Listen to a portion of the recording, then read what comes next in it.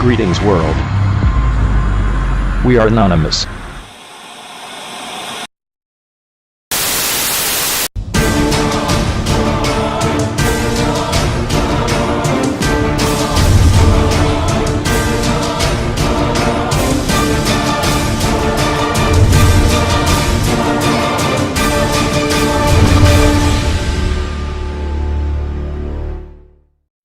Greetings world.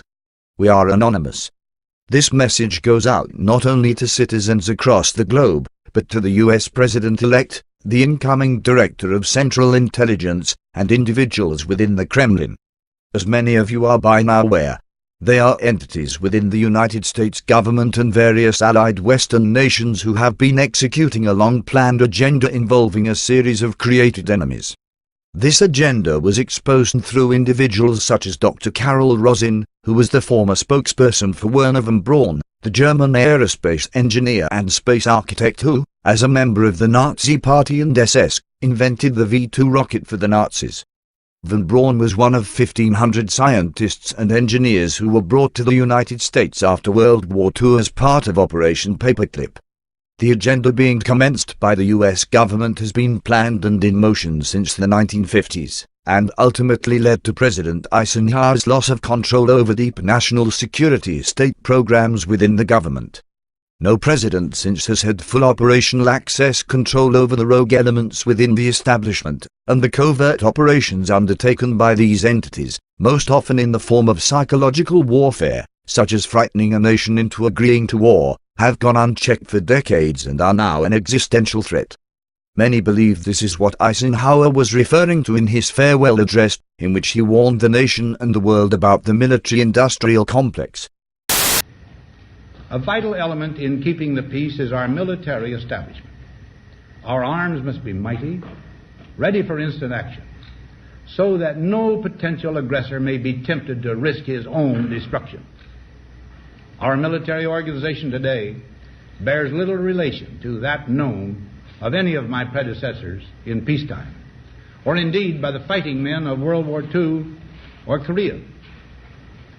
Until the latest of our world conflicts, the United States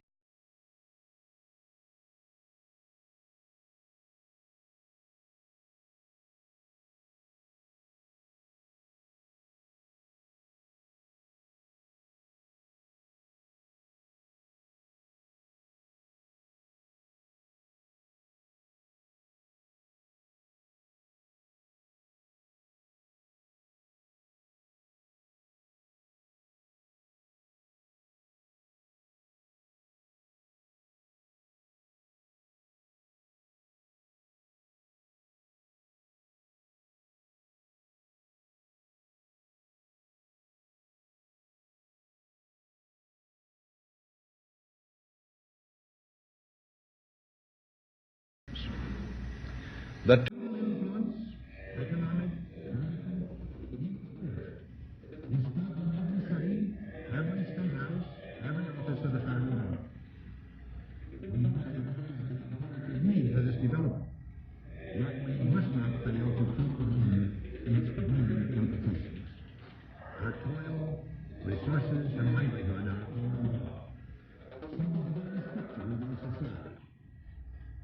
in the councils of government, we must guard against the acquisition of unwarranted influence, whether sought or unsought, by the military-industrial complex.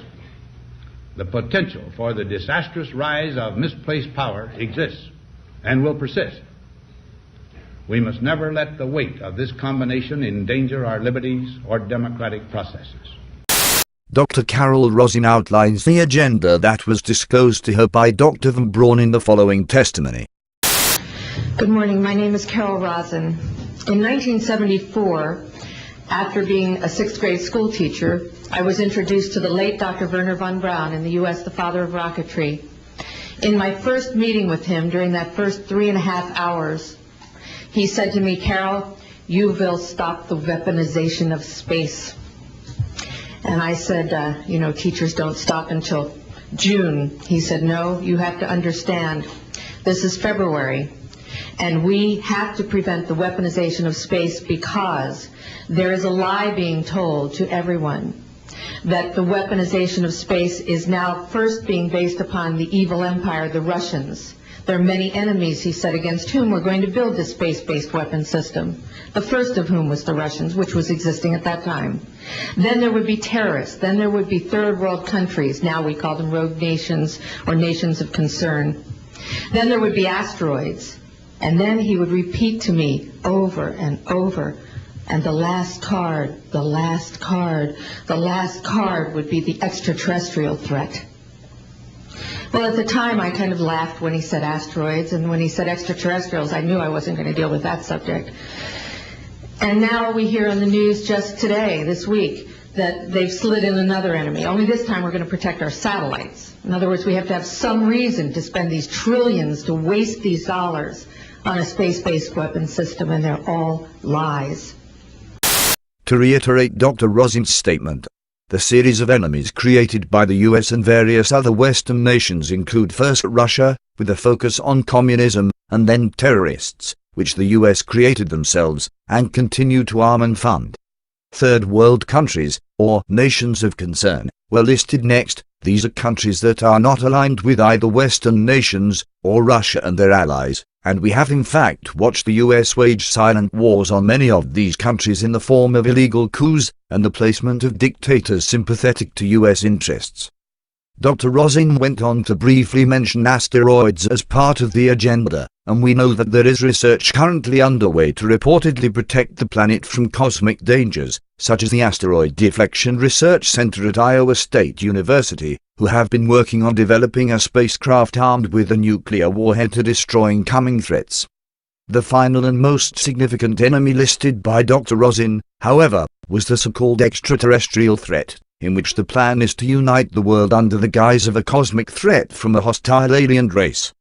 This part of the agenda was in fact already attempted in the 1980s when false information was purposefully leaked to President Ronald Reagan, inspiring the following speech he made at the UN. In our obsession with antagonisms of the moment, we often forget how much unites all the members of humanity. Perhaps we need some outside universal threat to make us recognize this common bound. I occasionally think how quickly our differences worldwide would vanish if we were facing an alien threat from outside this world. And yet, I ask you, is not an alien force already among us? What could be more alien to the universal aspirations of our peoples than war and the threat of war? The majority of ruling governments across the globe have been aware of the extraterrestrial presence in our solar system since World War II, and this presence increased greatly after the atomic bombings of Hiroshima and Nagasaki. Unbeknownst to most American and Western nation citizens, they are those who claim the quote-unquote disclosure has already occurred without the public's knowledge, and in fact, numerous countries have released their UFO files, including individual departments within the US and UK governments, New Zealand, Brazil, Russia, Canada, Denmark, Ireland, France, and Chile. Of the files released to the public, many can be rationally explained, while many others cannot. Over the last 60 to 70 years, the United States government has worked to discredit the extraterrestrial phenomena, not only through denial and avoidance, but with the help of the media. As news outlets report on UFO sightings with a tone akin to reports of Santa's sleigh, Hollywood has portrayed extraterrestrial life, also referred to as ETI, or extraterrestrial intelligence, as either comical little green men with a penchant for anal probing, or as apathetic monsters devoted to destroying all human life.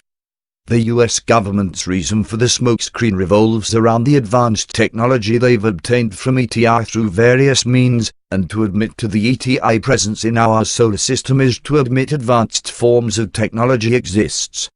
This would not only bring an end to the lucrative fossil fuel industry, but the United States military would lose their technological advantages on the battlefield, and ultimately, the elite would lose their power. We know from government, intelligence, and military whistleblower testimonies that the advanced beings interacting with our planet are non-violent. This fact was confirmed through the Podesta files, in leaked emails between John Podesta and Apollo 14 astronaut Edgar Mitchell, in which Mitchell reminded Podesta that their, quote, non-violent ETI from the contiguous universe are helping us bring zero-point energy to Earth. They will not tolerate any forms of military violence on Earth or in space, unquote. Various signs have mounted over the last 6 to 9 months that would indicate we are getting closer to what is referred to in the intelligence community as a false INW, or false indication and warning, which will be aimed at propelling the weaponization of space. Nations such as Russia and China, in the meantime, have already proposed a UN treaty to ban space-based weapons.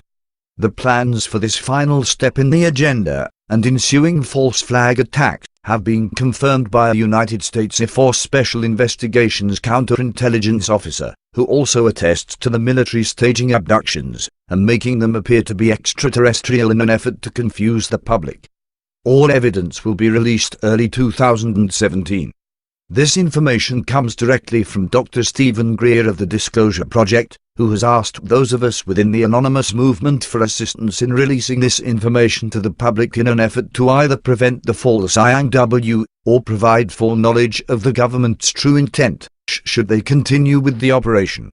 As well as informing the public of the impending false flag attacks, Dr. Greer is in the process of developing a private consortium, in which a basic new energy technology would be developed through the utilization of zero-point energy and quantum mechanics, without interference, persecution, or threat of harm from the various governments and major corporations who have thus far worked to suppress these technologies. We will be reporting further on Dr. Greer's concept and proposal within the coming weeks.